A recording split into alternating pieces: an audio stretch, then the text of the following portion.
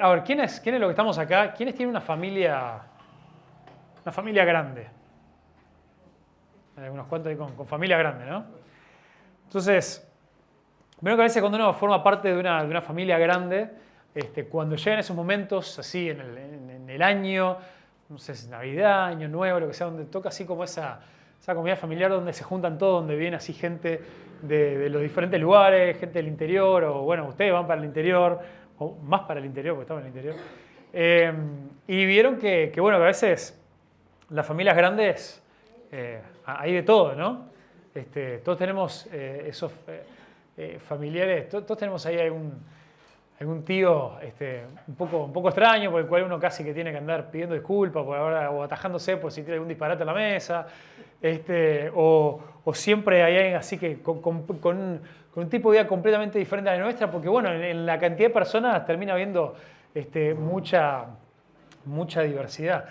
Y estadísticamente hablando, si vos no podés así pensar en ningún así familiar medio raro que te haya tocado, ¿cuáles son qué es lo que probablemente está pasando? Que el raro sos vos. Y que nadie ha tenido el coraje ahí para decírtelo. Pero sí, en las familias vemos que muchas veces se dan situaciones complicadas. A medida que las familias van creciendo y se van esparciendo, van tomando diferentes rumbos de vida, vamos viendo también cómo se van marcando también diferentes trazos en los cuales las personas van tomando decisiones y a veces pasan los años y uno va viendo. Acá tenía el vaso me lo había dejado cerca, pero acá anda a la vuelta.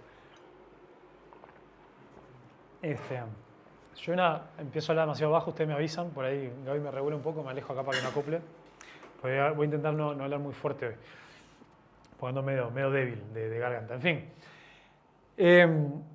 Entonces, de la misma manera que esto pasa en nuestras diferentes familias, así pasó también con esta familia luego del diluvio, a través de cual esta familia fue llena la tierra.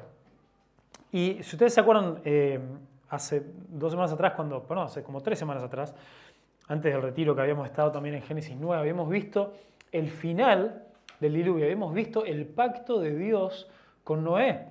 Y habíamos visto cómo también a través de ese pacto, que era un pacto incondicional, un pacto en el cual Dios había dicho, no voy a nuevamente volcar mi ira, mi enojo sobre la tierra, destruyendo a toda carne.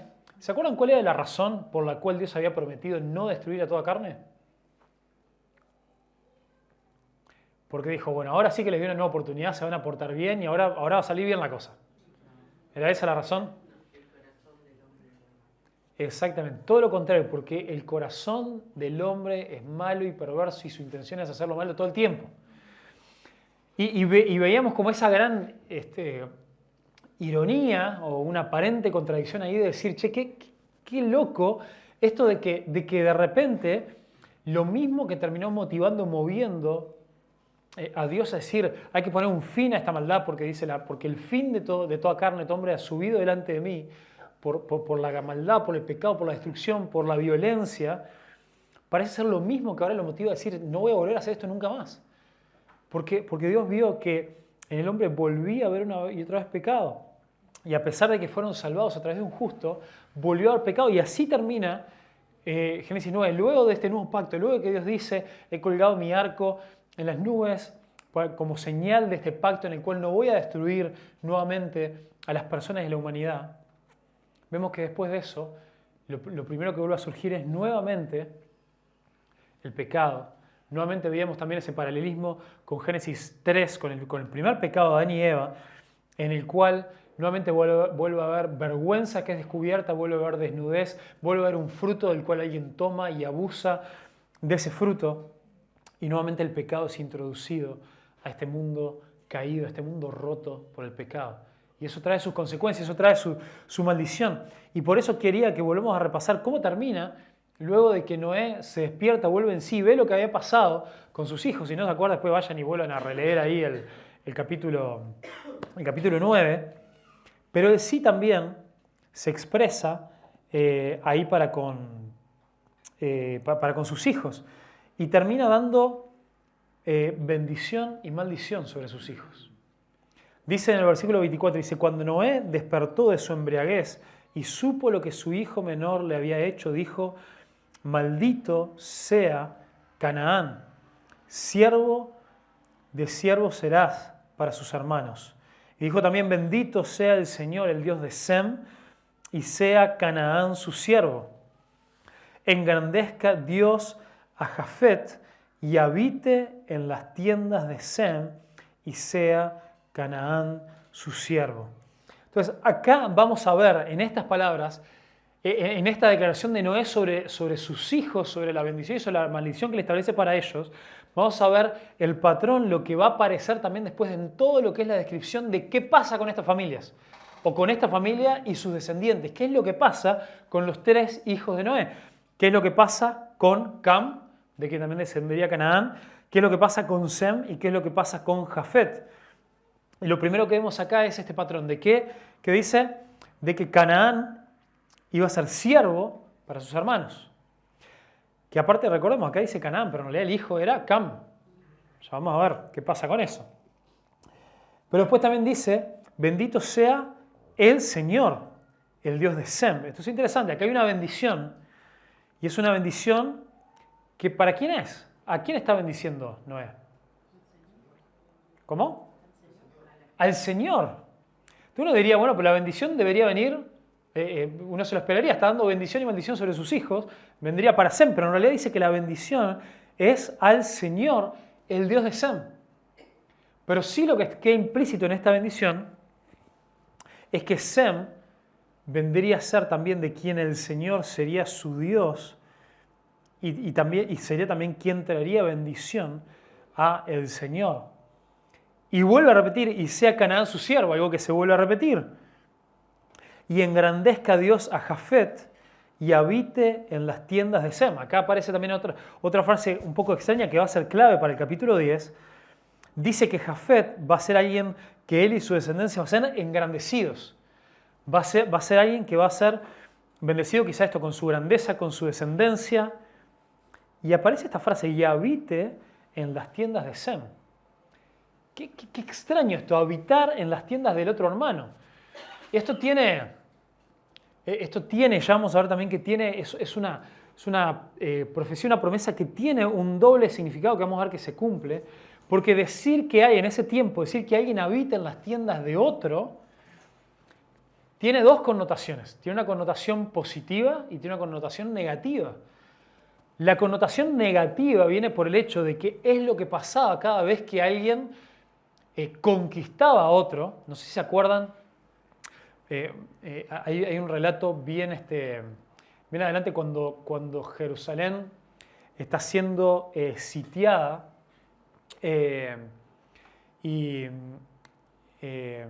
está siendo sitiada y Dios termina liberando a su pueblo por unas visiones que el pueblo enemigo ve de que vienen los enemigos y que los van a atacar y todo lo demás, y se van todos corriendo y queda todo el campamento de los enemigos que habían venido a sitiar la ciudad completamente abandonados. Y en ese lugar donde había un hambre tremenda, ya por ese sitio que llevaba meses, después sale el pueblo y cuando van y comienzan ellos a habitar, a tomar posesión de todas las tiendas que habían quedado ahí. Entonces tiene también esta idea de habitar en las tiendas de otro, tiene esta idea también de conquista, pero también hay otra idea posible que sea con esto, que es una idea también de hospitalidad, de que en realidad son aquellos que son recibidos en las tiendas de Sem. Así que bueno, vamos a ver para todo esto y vamos a ver dónde termina todo esto. Pero después termina diciendo, y sea Canaán su siervo. Nuevamente, por tercera vez, habla de Canaán como aquel que va a servir a los demás, que va a servir a sus hermanos. Y ahí nos termina mostrando el fin de la vida de Noé. Así que ahora sí, les pido, vamos a leer también acá el capítulo 10, que nos dice, entonces, estas son las generaciones de Sem, Cam y Jafet, hijos de Noé, a quienes le nacieron hijos después del diluvio. Los hijos de Jafet, Gomer, Magog, Madai, Javán, Tubal, Mesec y Tiras. Los hijos de Gomer, Askenaz, Rifat y Tigomra. y Tigormá. Y los hijos de Javán, Elisa, Tarsis, Kitim, Dodanim. De estos, las costas de las naciones se dividieron en sus tierras, cada uno conforme a su lengua, según sus familias, en sus naciones. Los hijos de Cam fueron Cus, Misrayim, Fut y Canaán. Los hijos de Cus, Seba, Havila, Sabta, Rama, Sabteca. Y los hijos de Rama, Seba y Dedán. Y Cus engendró a Nimrod, que llegó a ser poderoso en la tierra. Él fue un poderoso cazador delante del Señor. Por tanto, se dice como Nimrod, poderoso cazador delante del Señor. Y el comienzo de su reino fue Babel, Erec, Acab y Calne en la tierra de Sinar. De aquella tierra salió hacia Siria y edificó Nínive, Rehobot, Ir, Cala y Resén, entre Nínive y Cala. Aquella es la gran ciudad. Y Misrayim engendró a Ludim, a Anamín, a Lehabim y a Naftuhim, a Patrusim, a Casluhim, de donde salieron los filisteos, y a Caftorim. Canaán engendró a Sidón, a su primogénito, y a Het, y al Jebuseo, al Amorreo, al Jereseo, al Ebeo, al Araceo y al Cineo, al Arbadeo, al Samareo y al Amateo. Y después las familias de los cananeos fueron esparcidas. El territorio de los cananeos se extendía desde Sidón rumbo a Gerar hasta Gaza y rumbo a Sodoma y Gomorra, Adma y Seboim hasta Lasa. Estos son los hijos de Cam según sus familias, según sus lenguas, por sus tierras y por sus naciones. También le nacieron los hijos a Sem, padre de todos los hijos de Eber y hermano mayor de Jafet. Los hijos de Sem, Elam, Asur, Arfaxad, Lud y Aram. Los hijos de Aram, Uz, Hul, Geter y Mas. Axfasad engendró a Sala y Sala engendró a Eber. Y a Eber le nacieron dos hijos. Por el nombre de uno fue Peleg, porque en sus días fue repartida la tierra, y el nombre de su hermano Joctán. Joctán engendró a Almodad, a Selef, a Azar, Mabet, a Gera, a Adoram, a Usal, a Dikla, a Obal, a Abimael, a Seba, a Ofir, a Javila y a Jobab. Todos estos fueron hijos de Joctán. En su territorio se extendía desde Mesa rumbo a Sefar, la región montañosa del oriente. Estos son los hijos de Sem, según las familias, según sus lenguas, por sus tierras, conforme a sus naciones. Estas son las familias de los hijos de Noé, según sus genealogías, por sus naciones, y de ellos se propagaron las naciones sobre la tierra después del diluvio. Bueno, Padre, Señor, te pedimos que nos ayudes en estos minutos a poder, Señor, discernir tu palabra. Y que este ejercicio, que es un ejercicio, es algo que también espero, Señor, que tú lo uses para enseñarnos cómo también toda tu palabra es fiel, es inspirada y es provechosa también para nosotros. En el nombre de Jesús. Amén. Hermanos, soy consciente que lo que acabamos de hacer es duro y es difícil. Soy consciente que leí mal más de la mitad de los nombres. Soy consciente de que uno lee esto y cualquiera, yo incluido por las últimas semanas, uno dice, ¿qué hago con esto? ¿Cómo? Exacto, es una genealogía, pero también es importante que podamos ver, bueno, como nos pasó también con la genealogía de Génesis 5. ¿Se acuerdan que en Génesis 5 tuvimos otra genealogía?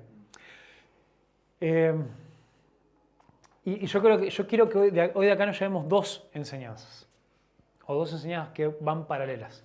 Uno es lo que el texto nos enseña, y otra es la enseñanza de que todo texto es inspirado por Dios. Todo texto en la Biblia es inspirado por Dios y es provechoso para nosotros. Y fácil hubiera sido para mí simplemente decir, hermanos, esto es un lío, vayamos a Génesis 11, donde comienza la historia de la Torre de Babel y no pasa nada. ¿Ah? Y haber evitado todo este rato acá leer nombres que no entendemos nada. Pero lo que quiero es que también a través de esto podamos por lo menos crecer un poquito más en la convicción de que el hecho de que toda la palabra es inspirada por Dios es igualmente cierto, mientras también es cierto de que hay cosas que requieren un poquito más de trabajo de nuestra parte para poder acercarnos a la palabra de Dios y para poder seguir preguntándole al Señor, para poder seguir viendo las herramientas y el conocimiento que el Señor pone a nuestra disposición, para poder pensar y razonar la Biblia y ver cómo poder acercarnos juntos a ella, porque no todo es simplemente leer un pasaje de la Biblia y decir, esto es una palabra de Dios para mí, tomarlo y decir, acá voy para allá, para adelante, ¿no? Sino que en la confianza de tener que, bueno, no es que solamente Dios tenía su palabra ahí inspirada y escrita para nosotros, y ahí como que se le escapó una genealogía que estaba medio al pepe, pero bueno, no pasa nada, ¿no? Sino que de verdad la palabra de Dios es excelente y es perfecta. Entonces, recordemos, terminó el capítulo 9 con yo creo que con un interrogante. Estas palabras finales de Noé para sus 3 hijos. Para su hijo Cam, para su hijo Sem, para su hijo Jafet. A Cam, en realidad ni siquiera le llama por su nombre, le habla de Canaán, que vemos acá en esta genealogía, una de las cosas que podemos observar, es que es un descendiente que aparece por acá abajo. Miren, yo justamente le dije, les quería mostrar este texto acá, porque ya tengo algunas cosas marcadas que nos pueden ayudar. En todo esto básicamente nos divide la genealogía en las 3 partes. Primero, nos habla de los descendientes de Jafet. Después más abajo, nos va a hablar de los descendientes de Cam. Y de los descendientes de Cam resaltan 2. Porque resaltan 2 de los cuales entra más a contarnos en profundidad algunas cosas. Uno de ellos es Nimrod y el otro es Canaán. Y parece que estas palabras, casi como si fuera una maldición, recaen sobre Canaán, que es de quien dice, acá en el 9, 26 y 27, que será siervo de Jafet y de Sem. Y por último tenemos a Sem, que también es presentado como aquel que continuaría el linaje de la mujer. ¿Por qué? Porque el Dios de Sem, Noé termina bendiciendo al Dios de Sem. Y recordemos que también la historia de Génesis es una historia de seguir luego de la caída las 2 simientes, las 2 descendencias. La descendencia de la mujer y la descendencia de ¿quién? De la serpiente, ¿se acuerdan, no? ¿Por qué? Porque vendría un descendiente de la mujer que aplastaría la cabeza de la serpiente. Y vemos cómo a lo largo también de la historia bíblica sigue apareciendo esta simiente de la serpiente que se va metiendo, tomando control, avasallando con el pecado, avasallando también, tomando control de los corazones de las personas y haciéndose presente en las diferentes generaciones para también traer muerte, para traer destrucción.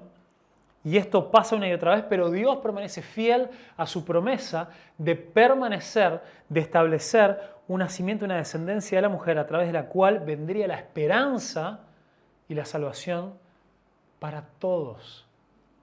Y en esto también es donde entra también Jafet. Pero vamos a ver entonces. Entonces, primero, vamos a enfocarnos, no tanto en orden, pero vamos a enfocarnos en los hijos de Cam. Bueno, en todo esto es interesante que se mencionan 70 descendientes en total. En total aparecen acá listados 70 descendientes. Los conté y son 70 descendientes los que aparecen. Aparecen 14 descendientes de Jafet, 30 descendientes de Cam y 26 descendientes de Sem. Entonces, y también es interesante, esto es algo muy selectivo y muy intencional. ¿Por qué? Porque probablemente no nos está nombrando todos los hijos de cada uno. Tampoco seguro nos nombra a todos los nietos de cada uno, porque cuando empieza a hablar de los nietos solamente a veces nombra de uno solamente de sus hijos. Pero es muy intencional acá el autor Moisés, cuando está escribiendo Génesis, de dejar registrados 70, porque es este número que nos recuerda, es una tipología que simboliza la totalidad y la plenitud de la humanidad. Es un mensaje que nos quiere abarcar la totalidad de la familia humana, porque después como nos habla también al final, es de ellos, nos dice acá en el versículo 32, son sus naciones y que de ellos se propagaron las naciones sobre la tierra después del diluvio. Entonces lo que nos quiere decir es, de estos hijos, de estos descendientes, nos nombra 70 para darnos esta idea de la totalidad y que de ellos después fue llena toda la tierra. En este número como que siempre simbolizan la tierra, 70 esa totalidad. Pero bueno, ¿qué podemos aprender? ¿Qué podemos ver de los hijos de Cam? En los hijos de Cam vemos la presencia de la rebeldía y el pecado que lleva a la servidumbre. Esta maldición que había venido de parte de Noé, les había dicho, Canaán servirá a sus hermanos, tanto a Jafet como a Sem. Y específicamente, si bien se nombra un montón, vimos que se hace énfasis en dos de ellos. Entonces, Canaán representa la corrupción moral y la hostilidad local que Israel iba a enfrentar. ¿Por qué? ¿De dónde nos suena después Canaán? ¿Cuál es la primera historia después en la cual Canaán aparece representada en la Biblia después de esto? En Abraham, ¿no? En Abraham es llamado, ¿a quién es llamado? Abraham a salir de su tierra para ir ¿a dónde? A Canaán. Y esa era la tierra donde Dios le iba a dar. Y esa era una tierra súper buena, amigable, donde estaba todo bien. Una tierra bastante complicada, donde la violencia de los pueblos que vivían ahí era mucha y donde también después vemos más adelante, no solamente comienza a ser nombrado Canaán como tierra, no solamente con Abraham, pero después cuando Dios saca a Israel de la esclavitud de Egipto, lo saca a Israel que son descendientes de Sem, de su servidumbre, de su esclavitud, y los lleva a una tierra donde ellos ahora son usados como instrumento de parte de Dios para traer juicio y castigo sobre Canaán, porque la degradación moral de esas naciones, de esos pueblos, era terrible. Era terrible y había llegado a un extremo, un lugar donde más que en cualquier otro lugar que se describe en la tierra, se practicaban sacrificios humanos, sacrificios de niños, la inmoralidad sexual, cualquier tipo de perversión, la adoración a todo tipo de ídolos, de demonios, de espíritus. Era un lugar que una y otra vez representaba como el extremo de la depravación moral, y acá termina siendo presentado, y no solamente esto, sino que también se empieza a nombrar que de Canaán engendró a todo un montón de hombres que fueron los pueblos a los cuales después Israel iba a tener que enfrentar y iba a tener que vencer. Miren, nos suena entonces los jebuseos, el amorreo, el jereseo, el araceo, el cineo, el heveo. Son todos estos pueblos con los cuales Israel después se enfrenta al ir a conquistar la tierra prometida. Incluso los jebuseos eran de la tierra justamente de Jebús, que era justamente, ¿saben en qué, después que es conquistado más adelante, mucho más adelante, en qué se termina convirtiendo ese lugar de los jebuseos? Se termina convirtiendo en Jerusalén. Esto lo vemos, esto es un lugar que conquista después David, luego de su reinado, porque Saúl, el primer rey de Israel, en realidad él reinaba desde Gibeá, que era otro lugar, pero después es David el que decide establecer la capital del reino ahí en ese lugar. Pero también Abraham tiene un encuentro con este lugar que también era llamado Salem, y ahí se encuentra en esa montaña, en un lugar alto que luego más adelante llegaría a ser Jerusalén, con un sacerdote muy extraño, un sacerdote cananeo. Y Melquisedec, excelente, perdón, justo los que vienen de ese lado no escucho mucho, pero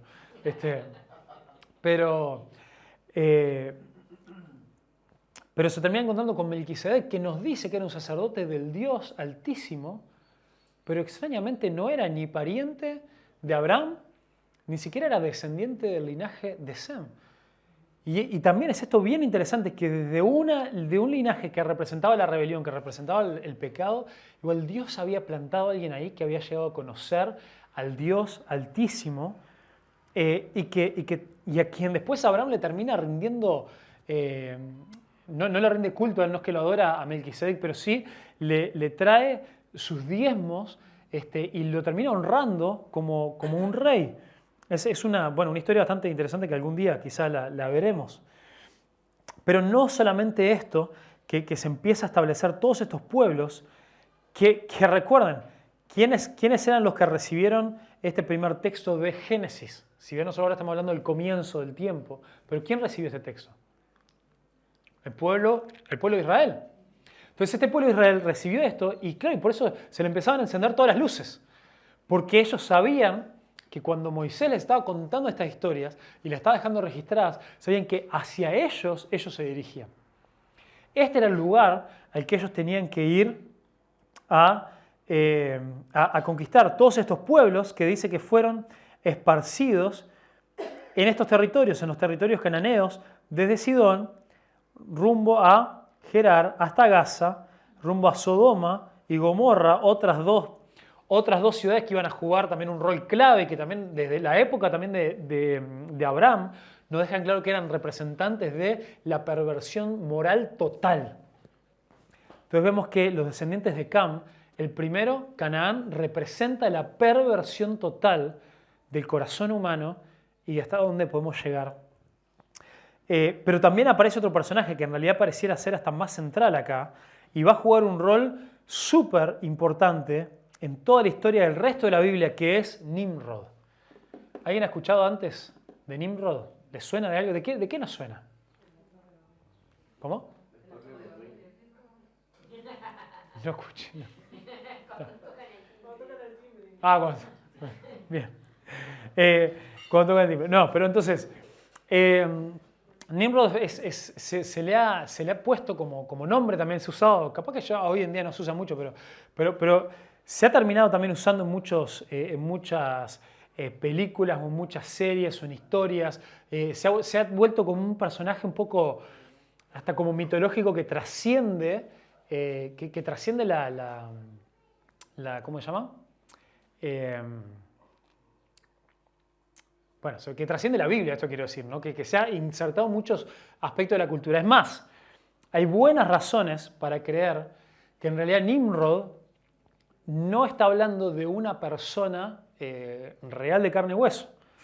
¿Y por qué estoy diciendo eso? Bueno, yo tengo dos motivos para pensar que en este caso Nimrod es una persona que si bien está en esta genealogía, no, es un arquetipo, como se le llama, o es un representante de muchos de estos descendientes de Cam. ¿Por qué? Porque primero cuando nos dice, cuando nos habla, Cam tuvo su primer hijo fue Cus, y después nos dice que Cus tuvo hijos, y el hijo de Cus fue Seba, Javila, Sabta, Rama, Sabteca, y después nos empieza a hablar ya el nieto, nos empieza a hablar de los hijos de Rama.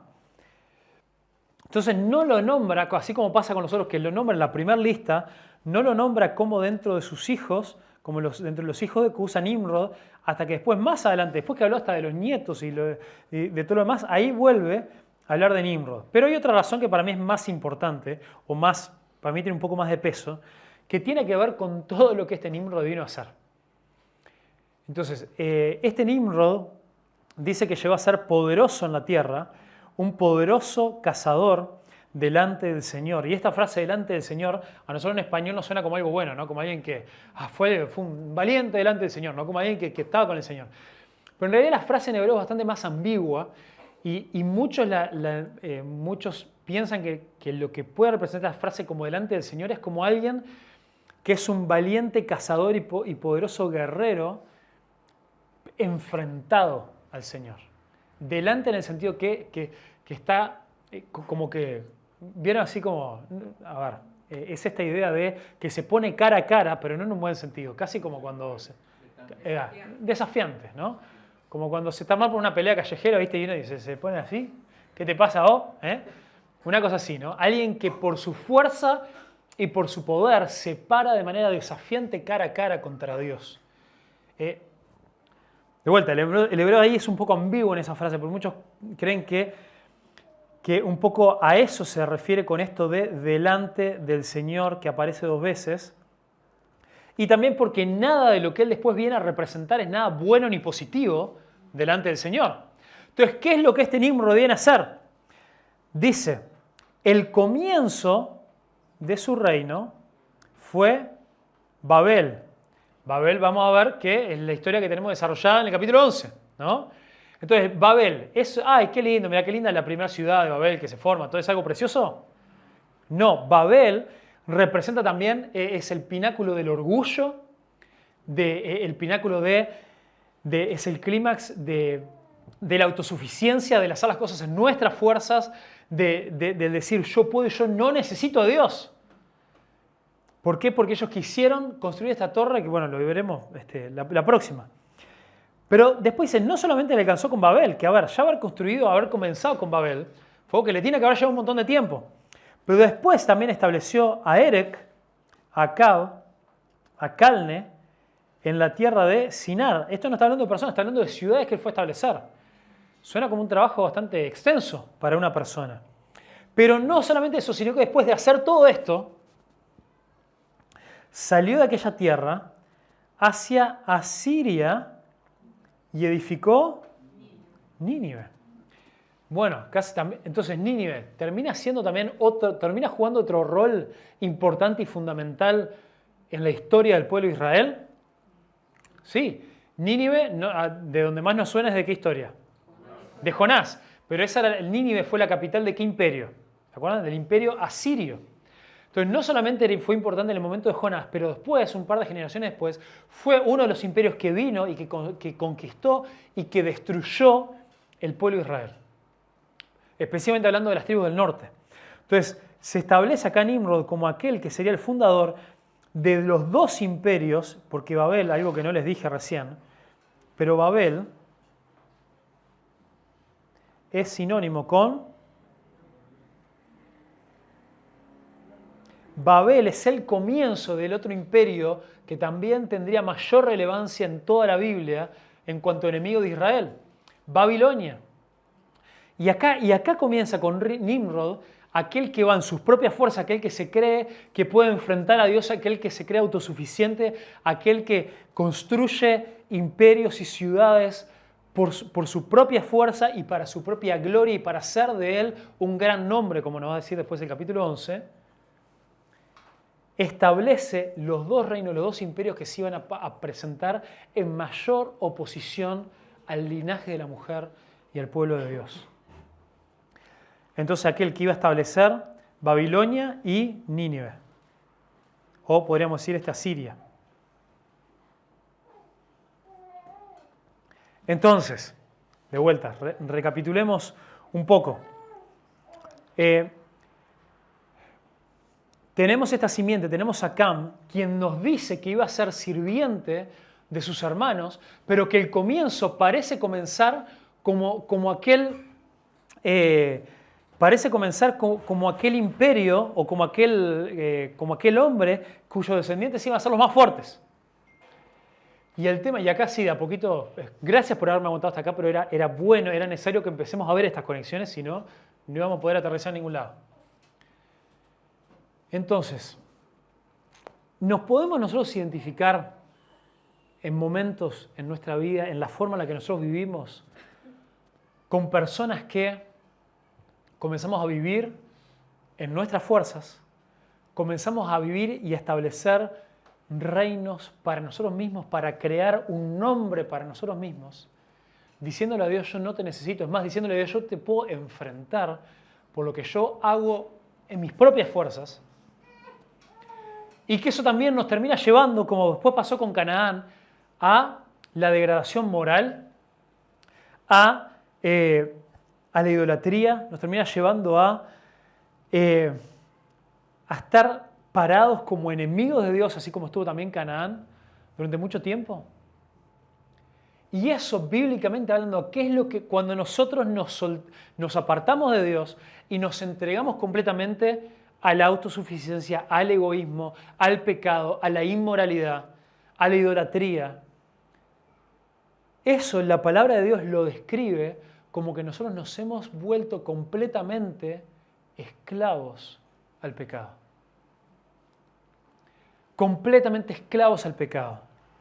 Y de esa manera también se cumple esto que le había dicho Noé a Cam, relacionado también a su descendiente Canaán, que iba a servir a sus hermanos, que iba a ser esclavo de sus pecados, de sus hermanos. Y en un comienzo no parece ser así, pero en última instancia termina pasando. ¿Por qué? Porque después, cuando Dios libera a su pueblo de la esclavitud, viene y conquista sobre ellos. Pero también incluso con los descendientes de Nimrod, tanto el imperio de Babilonia como el imperio asirio se terminan levantando como las grandes potencias, pero ¿qué es lo que termina pasando? Una y otra vez Dios los termina humillando para recordarles quiénes son. En el imperio por ejemplo, de Babilonia, ¿se acuerdan cuando aquel rey Nabucodonosor, que fue el que vino y el que conquistó sobre Jerusalén, el que termina gloriándose sobre Dios, el que termina saqueando el templo de Dios, se lleva todas las cosas del templo y él hace grandes banquetes con los utensilios del templo de Dios? Se había engrandecido en su corazón, se había dicho que no había Dios por encima de él, que era el único, Nabucodonosor casi siendo igual que aquel antepasado Nimrod que había tenido. ¿Y cuál fue la consecuencia? Terminó enloqueciendo, terminó siendo humillado por Dios y termina siendo reducido a nada más que una bestia que enloqueció y se fue ahí por los campos a merodear por 7 años, hasta que fue humillado y hasta que finalmente en su corazón pudo reconocer a Dios como el único Dios verdadero. Y aquel que había sido el rey de todo el mundo conocido, terminó siendo esclavo y preso de su propio pecado y terminó merodeando con las bestias. Hasta que pudo reconocer que no hay otro Dios como el Dios verdadero, como el único Dios. Pero esto también es hermoso porque aún en eso hay esperanza. Aún en eso, aún para alguien como Nabucodonosor, pudo haber esperanza de llegar a humillarse, de llegar a dejar esa autosuficiencia, de llegar a dejar esa rebeldía y poder volver a él. De la misma manera también con Asiria. En Asiria, justamente vemos en la historia de Jonás, aquel pueblo que Jonás describe como tremendamente cruel, como aquellos que eran el imperio más terrible sobre la faz de la tierra en toda la historia, aquellos su maldad era difícil de comparar con ningún otro, y sin embargo cuando Dios decide obrar y mostrar misericordia para con ellos, les envió un profeta rebelde que no quería predicarles el juicio que Dios iba a traer sobre ellos. ¿Y qué pasa? Dios toca milagrosamente su corazón y se arrepienten. Entonces, aún en aquellos que están completamente degradados moralmente, aquellos que han estado completamente en rebeldía, en orgullo, completamente alejados de Dios, hay esperanza para aquellos que por gracia son después unidos a la simiente de la mujer y vienen a disfrutar del regalo de Dios. Y por último, y entonces también para nosotros, debemos nosotros preguntarnos, nosotros incluso hoy como cristianos, ¿hay lugares en nuestra vida donde todavía resida este espíritu de Babel o de Asiria o de Nínive, en el cual buscamos nosotros construir nuestro propio reino, encontrar nuestra seguridad en nuestro poder, en nuestro estatus, en nuestro éxito, en nuestras propias fuerzas, en confiar en nosotros mismos en lugar de confiar en las promesas de Dios? ¿Hay algo de eso? ¿Todavía queda en nosotros diciendo tener el nombre de Cristo, en el cual todavía nos aferramos a nuestro orgullo y a nuestra autosuficiencia? Donde esto se pueda ver como una advertencia constante para nosotros de recordarnos de volvernos al Señor, de volvernos a Él. Y vamos también rápidamente, esto es más corto, no se preocupen, a los hijos de Jafet. Que básicamente lo que nos dice de ellos es que empieza a nombrar a todos los hijos de Jafet, y nombra unos cuantos acá. Dice, de estos, las costas de las naciones se dividieron en sus tierras, cada uno conforme a su lengua, su familia y todo. Y vemos que después en los mapas donde se van ubicando también estos pueblos son aquellos más lejanos. Los hijos de Cam, Canaán y todos los otros eran aquellos que estaban bien cerca, lo que rodearía después al pueblo de Israel. Pero los hijos de Jafet está hablando de los pueblos completamente más lejanos, aquellos que iban a llenar todos los otros pueblos.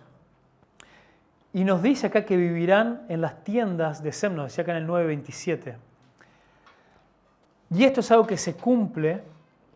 Hoy nos leía Vanessa Hechos capítulo 2, que también se va a ver también los ecos de esto en la Torre de Babel como el deshacer lo que se destruyó en la Torre de Babel, donde fueron dispersados todos y todas sus lenguas fueron confundidas, y en la Torre de... Perdón, y estas naciones que tan lejos habían venido, que poco o nada habían escuchado jamás del Dios, del verdadero Dios, iban a ser invitados a vivir en las tiendas de Sem. En las tiendas de Sem, aquellos del cual iba a venir el Mesías, aquellos del cual iba a venir el descendiente de la mujer que iba a vencer sobre la serpiente, podrían ser invitados para poder formar parte y para poder habitar en él. Entonces, ya quiero ir redondeando acá, pero básicamente, ¿qué es lo que nos habla de estos hijos de Jafet? Es que ellos son los pueblos más lejanos de los confines del mundo. Además, nosotros los gentiles, vos y yo, somos descendientes de Jafet. De aquellos de los más lejanos, aquellos que poco o nada tuvieron que ver con la historia, con el pueblo de Israel. ¿Hasta qué momento? Hasta que Dios soberanamente, por medio de su poder, por medio de su Espíritu Santo, por su gracia, decidió reunir a todas las naciones para que puedan escuchar el mensaje de Jesús. Y en ese día de Pentecostés, en Hechos 2, cuando personas de todas las naciones estaban ahí en Jerusalén, pudieron escuchar en su propia lengua el mensaje del Evangelio, y muchos pudieron llegar a escuchar sobre este Jesús, este hijo de Sem, este hijo de Eber. Eber es el nombre de quien salen los hebreos. Y a partir de ahí se empieza a formar también la familia de Dios, de a quien Él había elegido. Así que para nosotros también queda este desafío de decir, seguir disfrutando de la simiente de la mujer, que es esta persona quien vendría después, Jesucristo, a compartir la bondad de Dios, compartir la gracia de Dios con absolutamente todas las familias de la tierra. De los que están más lejanos, aquellos en los cuales no había ninguna esperanza, hasta aquellos que aún estando más cerca estaban en completa rebeldía, en completa degradación moral, en completo orgullo, pero que aún así Dios prometió traer una esperanza que sería para todos, una esperanza que vendría para todas las familias de la tierra, por medio de aquel que Dios había prometido que vendría a aplastar la simiente de la mujer. Entonces, para nosotros, nuestra fe tiene un propósito también para todas las naciones. Así como vendría un descendiente de la mujer quien abriría las puertas del reino de los cielos, Jesús, quien por medio de su sacrificio, su muerte y su resurrección abrió las puertas del reino de los cielos para todos los gentiles. Así también vos y yo, nosotros ahora hemos sido incluidos en esa promesa. Ahora vos y yo también podemos disfrutar de ser parte de esa simiente. Ahora vos y yo también somos hijos de la promesa.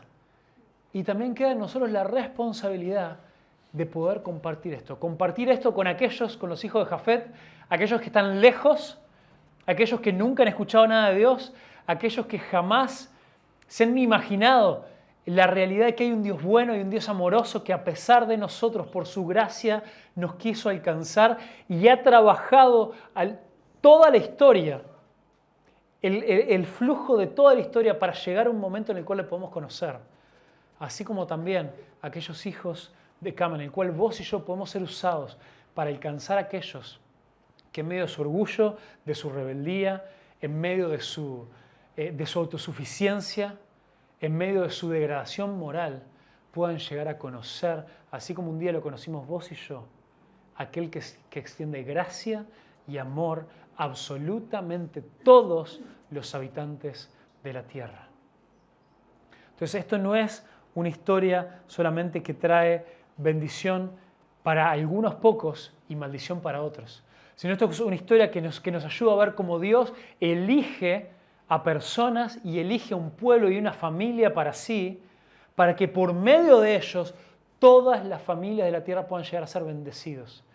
Y como le profetizó Noé también a su hijo Jafet, que todas las familias de la tierra puedan habitar en las tiendas de Sem, que podamos ser bienvenidos en la hospitalidad y en los brazos del Mesías, quien le ofrecería salvación a todas las familias de la tierra. Así que, ¿qué es lo que queda para vos y para mí? ¿Qué es lo que esta extraña genealogía y relato tiene para vos y para mí? Que podamos recordar que nosotros somos parte de esto. Que este linaje no terminó ahí, que si de esto se llenaron toda la familia de la tierra, vos y yo somos parte de esto. Y vos y yo pareciera que nada tenemos que ver con Jesús, que murió hace 2000 años atrás, en una tierra muy, muy lejana, en otra cultura. Y uno diría, ¿cómo es que nosotros podemos llegar a disfrutar de esa salvación? Tiene que ver con esto, con que Dios ha elegido los medios por los cuales llevar su salvación hasta los confines de la tierra, porque Él es bueno y porque su amor perdura y permanece para siempre. Padre Celestial, te alabamos, Señor, y te bendecimos. Queremos rogar, Señor, que tú puedas hacernos meditar, Señor, en el privilegio que tenemos nosotros. Es realmente increíble pensar que podemos ser tus hijos a pesar de nosotros, a pesar de dónde hemos salido, a pesar de dónde venimos, a pesar de que nada tenemos que ver, Señor, con ese pueblo étnico, Señor, que tú un día elegiste.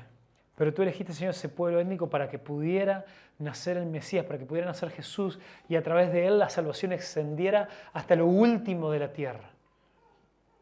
Y Padre, que ahora nosotros al ver estas genealogías, al ver estas personas, al ver incluso la maldad que surge, Señor, en estas historias y la perversidad, podemos recordar tu amor y tu fidelidad, que también de esas cosas tú nos has salvado a nosotros. Tú nos has salvado, Señor, de nuestra autosuficiencia, de nuestro egoísmo, de toda nuestra inmoralidad, de todo nuestro pecado. Y en vez de volver a destruir la tierra, Señor, elegiste, Señor, llevar a cabo tu plan perfecto de salvación a pesar de nosotros. Y te pedimos, Señor, que ahora nosotros también podamos participar, Padre, llevándole este evangelio a otros, a estos hijos de Jafet que tan lejos están de ti, a los hijos de Cam y de Canaán, Señor, que están viviendo tan lejos en cuanto a su pecado de ti, muertos en sus delitos y pecados como lo estábamos una vez nosotros.